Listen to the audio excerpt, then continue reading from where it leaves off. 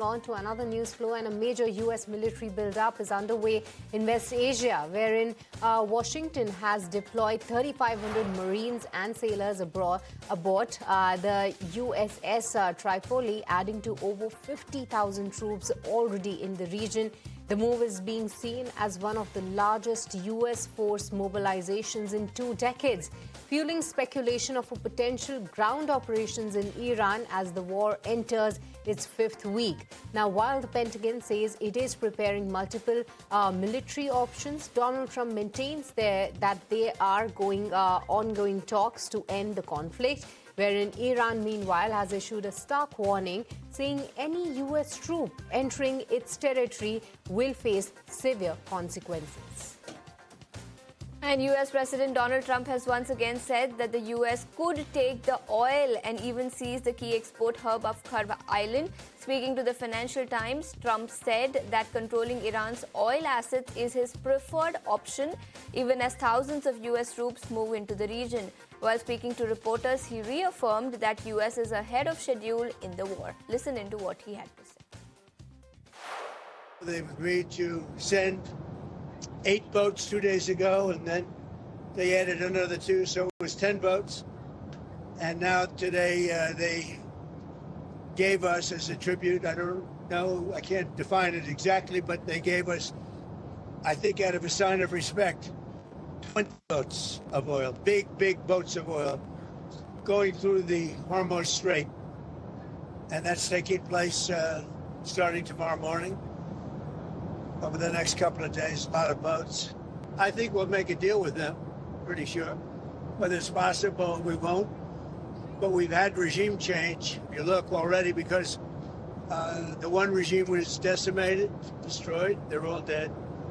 The next regime is mostly dead.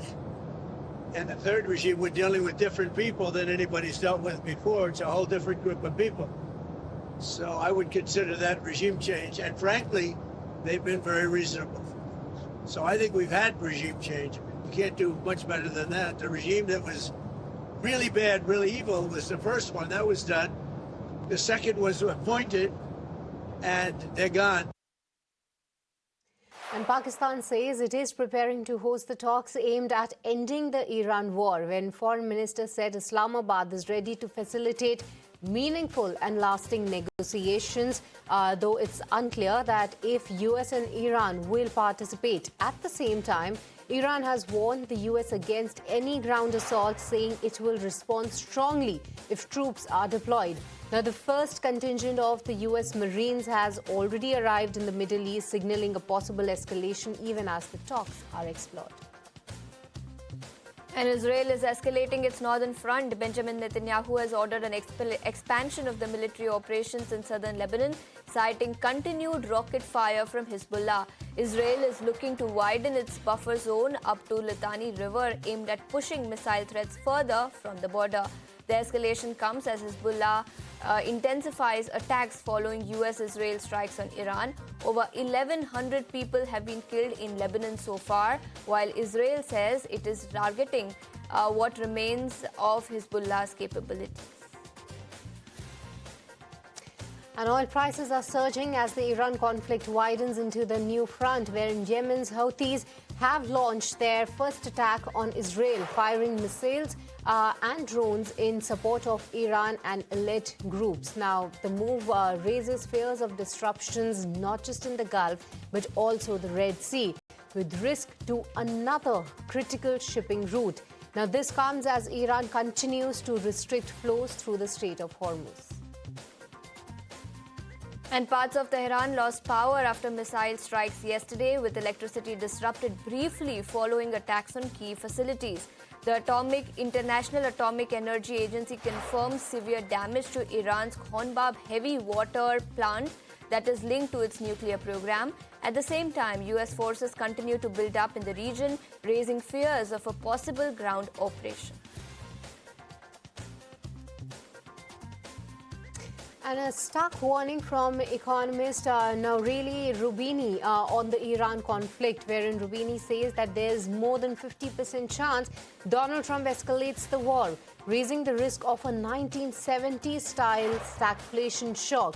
He argues escalation could drive oil prices sharply higher, forcing central banks, including the Fed and ECB, to consider rate hikes again. Now, while a decisive outcome may stabilize the region longer term, the short-term risks to inflation and growth are significant. BYD has reported a sharp earnings miss, flagging that the industry downturn is far from over.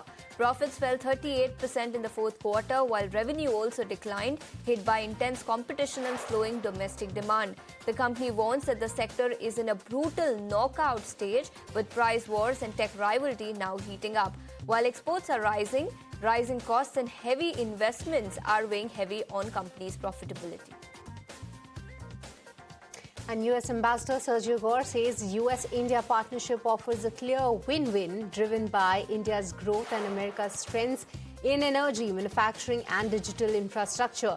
He highlights defense cooperation as the core strategic pillar, with joint exercises and Quad alignment strengthening security ties. On the economic front, both sides are focusing on semiconductor, critical minerals and resilient supply chains.